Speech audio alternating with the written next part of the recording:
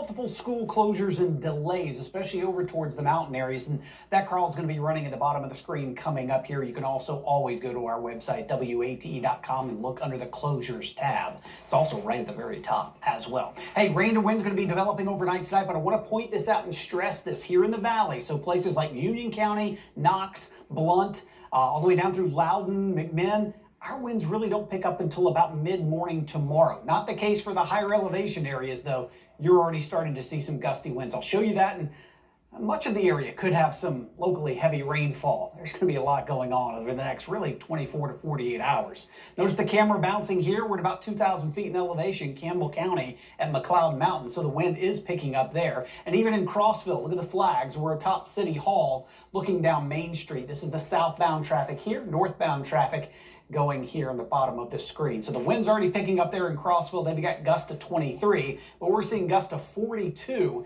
at Newfound Gap there in the Smokies. Notice nothing or very light here across the valley. It'll stay that way through the night tonight. 48 mile per hour gusts this hour at LeConte, 40 Clingman's Dome, 46 Elkmont, and 40 in Tremont. So again, those higher elevations already starting to howl right now. And look at LeConte Lodge. Again, they're at about 6,600 feet elevation, very close to it. Their winds overnight through early tomorrow morning, that's not a misprint, 87 miles per hour. That is going to be pretty rough there. Come down a little bit in elevation. We're talking about Ober Mountain, where the ski resort is.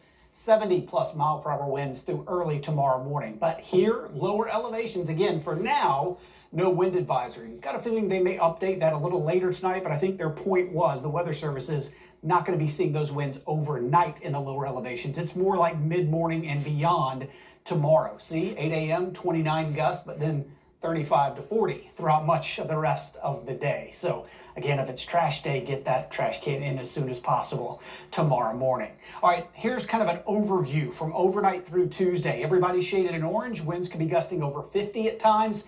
This brighter red, higher elevations, winds can be gusting over 80. And again, yellow down through the Central Valley, we're talking winds gusting over 40. But again, it's not overnight tonight. It's through the day tomorrow, the more likely timing. But everybody sees rain overnight. This is 11 o'clock tonight. Showers starting to move into the region. It gets heavier as we go overnight into tomorrow morning. That's 7 a.m. right through midday especially. And as the front itself pushes through, I wouldn't be surprised if you hear a rumble of thunder or two. No severe weather, but that wouldn't surprise me. So this is lunchtime. Shortly thereafter, the steadier rain moves out. And by this time tomorrow, we are a little drier, but as mentioned, still quite windy. Rainfall estimates, anywhere from 1 to 2 inches, a pretty good bet. In many locations, higher totals into the Smokies. Then on the backside of the system, let's go quickly. Tuesday at 4, remember it's drier briefly. Notice by Tuesday at 11, some purple starting to show up. Moisture getting squeezed out of what's left of the system as the colder air comes back in. So we're talking about the possibility, yes,